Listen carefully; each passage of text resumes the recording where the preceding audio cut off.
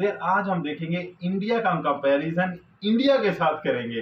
कैसे जनाब, India in 2021 versus India in 2050। यार ये तो आप लोग जानते ही हो कि इंडिया ने एक प्लान बना रखा है 2050 तक सुपर पावर बनने का, बिल्कुल, और क्रॉस करने का अमेरिका को, चाइना को, रशिया को। तो आज हम कंपैरिजन करेंगे इंडिया जो है वो 2021 में जैसा है तो 2050 में कैसा हो जाएगा। हाँ जी। तो यार चलिए वीडियो को स्टार्ट कर लेते हैं। मेरा नाम है नवाब और मेरे साथ मौजूद है मोहम्मद जुबैर। वेलकम टू रोही रिएक्शन। यार ये अगर ओरिजिनल वीडियो देखना चाहेंगे तो इसका लिंक आपको मिलेगा डिस्क्रिप्शन में। चलिए स्टार्ट करते हैं और मिलके देखते हैं।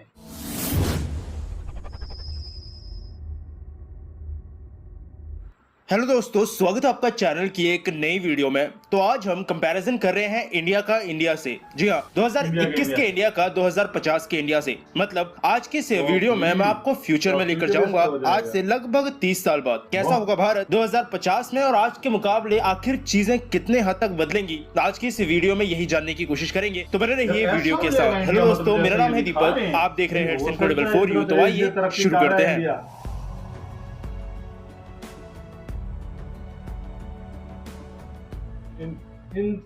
तो 2021 चल रहा है, लगभग 29-30 साल बाद 2050 आ जाएगा। लेकिन 30 साल आगे जाने से पहले आपको पता है क्या 30 साल पहले वाले भारत के हालात कैसे थे? उस समय यूट्यूब तो था नहीं कि कोई मेरे जैसा ही कंपैरिजन बना पाता कि इंडिया 1991 वर्सेस इंडिया 2021। लेकिन 1991 यानी 1991 में हमारे हालात वैसे कोई ज्यादा अच्छे भी नहीं थे। आर्थिक मंदी थी, यानी कि इकोनॉमिक क्राइसिस। लगभग वही समय था जब भारत ने इकोनॉमिक लिबरलाइजेशन शुरू किया था, जिसकी वजह से आज इतना सारा बाहरी देशों का बड़ा इन्वेस्टमेंट भारत में आया हुआ है। खैर, उस समय अगर 2021 की किसी ने वीडियो बनाई भी होती तो ये जरूर बताते कि भारत 2021 तक दुनिया की बड़ी इकोनॉमिक ताकतों में से एक बन जाएगा, जो आज सच भी है। लगभग 3 ट्रिलियन डॉलर्स की इकोनॉमी के साथ हम इस वक्त दुनिया की छठी सबसे बड़ी अर्थव्यवस्था है। वैसे कुछ समय पहले तक 5वें नंबर पर थे, लेकिन अभी 6ठे नंबर पर आ गए हैं thanks to corona and sons Chinese limited. लेकिन 2050 तक भारत दुनिया की तीसरी सबसे बड़ी अर्थव्यवस्था होगा, चीन और अमेरिका के बाद। नॉमिनल जीडीपी के मामले में, ट्रिपल पी यानी परचेजिंग पावर पैरिटी के मामले में हम अमेरिका को पीछे छोड़ देंगे। आने वाला समय एशियन कंट्रीज का ही होने वाला है, क्योंकि वेस्टर्न कंट्रीज का दबदबा अब आने वाले समय में खत्म हो रहा है। उनकी यंग पॉपुलेशन कम हो रही है और अपॉर्चुनिटीज वहां उतनी नहीं रह गई है जितनी इन एशियाई कंट्रीज में आने वाली है। लेकिन जो पॉपुलेशन वेस्टर्न कंट्रीज में इस वक्त कम हो रही है, वही पॉपुलेशन चीन और इंडिया जैसी कंट्रीज के लिए भी प्रॉब्लम क्रिएट कर सकती है। चीन के लिए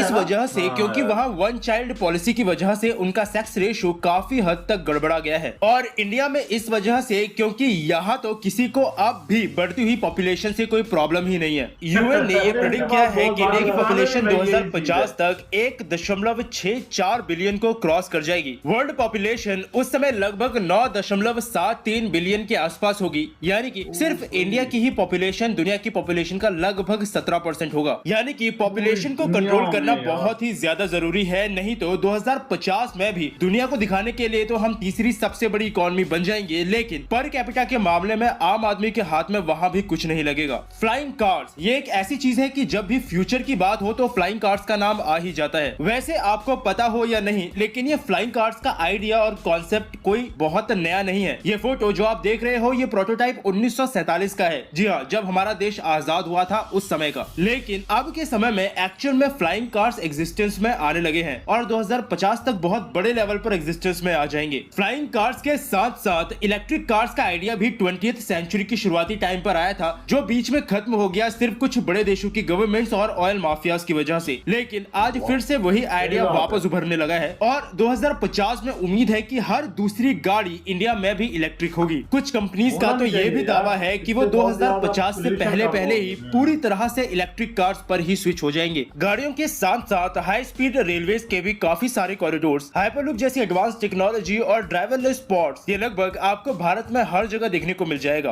अब अगर इतनी डेवलपमेंट होगी तो पढ़े लिखे लोग भी सोसाइटी में जरूर बढ़ेंगे। आज लगभग 78% की आबादी भारत में लिटरेट है, लेकिन 2050 तक ये आंकड़ा 99% को छू जाएगा भारत के अंदर। प्रेडिक्शन वैसे ये भी है कि भारत ही नहीं बल्कि पूरी दुनिया में उस समय एजुकेशन लगभग फ्री हो जाएगी। जैसे आज से 30 साल पहले यूट्यूब या ऐसे ही कोई प्लेटफॉर्म नहीं हुआ करते थे जहां से लगभग हम सब कुछ फ्री में सीख सके, ऐसी ही उम्मीद है कि 2050 2050 तक सारी एजुकेशन भी फ्री होगी और डिग्री की भी ऐसी कोई खास वैल्यू नहीं रह जाएगी। लेकिन तुम लोगों ने एक चीज ध्यान दी कि ये जो भी चेंजेस आ रहे हैं ये टेक्नोलॉजी की वजह से हैं और यही एक ऐसा फील्ड है जो अगले 30 सालों के अंदर अपने साथ साथ लगभग सब कुछ बदल देगा। टेक्नोलॉजिकल डेवलपमेंट असल में यूनिफॉर्म नहीं होता बल्कि एक्सपोनेंशियल होता है। इसका क्या मतलब ये है कि जो टेक्नोलॉजी में डेवलपमेंट पिछले 10 सालों में हुआ है उतना ही और डेवलपमेंट के लिए हमें अगले 10 साल नहीं रुकना पड़ेगा, बल्कि उतना ही डेवलपमेंट हम अगले 2 से 3 सालों में ही कर देंगे। उसके बाद उतना ही डेवलपमेंट उसके सिर्फ अगले 1 से 1.5 साल में। यानी कि कहने का मतलब सिर्फ इतना सा है कि आज से 12 से 15 साल पहले जो फ्लॉपी डिस्क, सीडी, डीवीडी सब चला करते थे सब के सब गायब हो गए हैं और अब क्लाउड के आने के बाद शायद पेन ड्राइव और ऐसे ही छोटे स्टोरेज डिवाइसेस भी जल्द ही गायब हो जाएंगे। 2050 तक स्मार्टफोन भी या तो गायब हो चुके होंगे या फिर ऐसे हो चुके होंगे कि उन्हें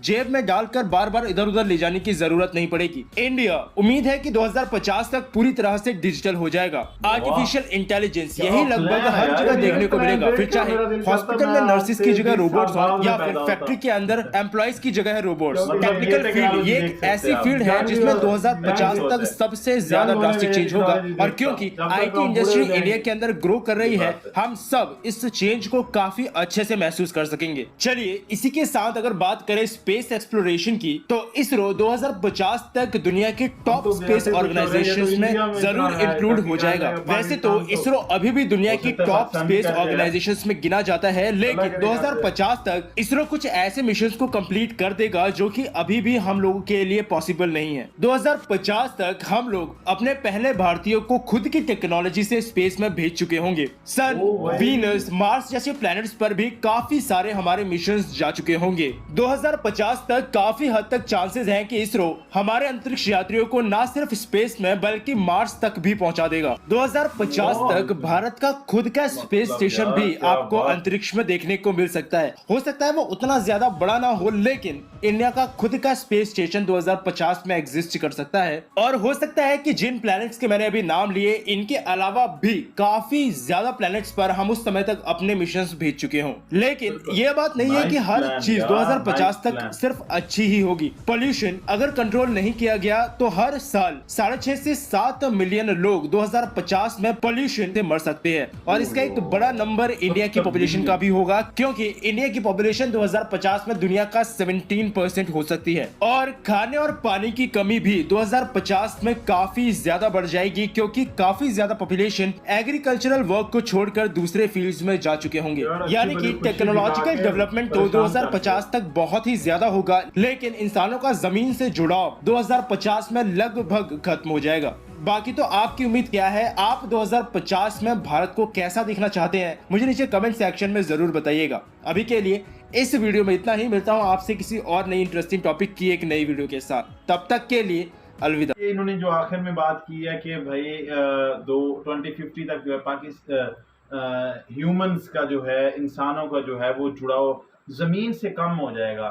मैं थोड़ा सा इससे यार डिफरेंस सोचता हूँ। मैं ये सोचता हूँ कि मे भी कुछ ऐसी टेक्नोलॉजीज आ जाएं, मे भी कुछ ऐसा हो जाए कि भाई तब तक जो है वो हम लोग मतलब कि जमीन के साथ और ज्यादा जुड़ जाए। हाँ जी। उन इनडायरेक्टली उन टेक्नोलॉजी से हो सकता है रोबोट्स ही उस टाइम तक रोबोट्स ही जनाब वो फार्मिंग कर रहे हो, काश्तकारी कर रहे हो। और हो सकता है कि भाई प्लांटेशन जिस तरह के लोगों में अभी से भाई ये अवेयरनेस पैदा हो रही है कि भाई जो चेंजेस हो रहे हैं, क्लाइमेट चेंज हो रहा है, तो इसको कम से कम किया जाए। और यार पैदावार हो सकता है डबल हो पैदावार। हाँ भाई, हमने जिस तरह अभी देखा है जमीनों से पैदावार जो है वो पहले से कई गुना बढ़ी है, कम नहीं हुई। तो हो सकता है भाई ये फूड की कमी ना हो। और जो टेक्नोलॉजी इन्होंने दिखाई है यार, क्या बात है। अभी 1-2 दिन कल मैंने एक वीडियो देखी यूट्यूब पे, उसमें जनाब उड़ने वाली कार वो दिखा रहे थे और बिल्कुल सही उन्होंने एक्सपेरिमेंट कर लिया। तो भाई ये तो 2050 की बात कर रहे हैं। इट्स इनक्रेडिबल फॉर यू वाले भाई जो है वो, मैं समझता हूँ मे भी कुछ टेक्नोलॉजी तब तक आएंगी, ठीक है, मे भी कुछ टेक्नोलॉजी उससे पहले ही आ जाएंगी। जैसे जितनी तरक्की से इंडिया जा रहा है तो बिल्कुल पहले भी आ सकते हैं। पूरी दुनिया की अगर बात करें तो हो सकता है उससे पहले आ जाए। तो इंडिया का प्लान, क्योंकि इंडिया अभी मतलब कि डेवलपिंग है, डेवलप्ड कंट्री नहीं है, तो इसलिए जनाब उसमें तो थोड़ा वक्त लगेगा। तो यार आप लोग क्या सोचते हो इंडिया के बारे में? क्या आप लोगों को लगता है कि इंडिया का ये प्लान कामयाब हो पाएगा? क्या इंडिया में इतना पोटेंशियल है कि वो इस प्लान को कामयाब कर पाएंगे? आपने ये कमेंट बॉक्स में जरूर बता देना है। तो अगर वीडियो पसंद आई वीडियो को लाइक करें, रोही रिएक्शन को सब्सक्राइब करें और बेल आइकन दबा दें मजीद वीडियो देखने के लिए। तो मिलते हैं नेक्स्ट वीडियो में, तब तक के अल्लाह हाफिज़।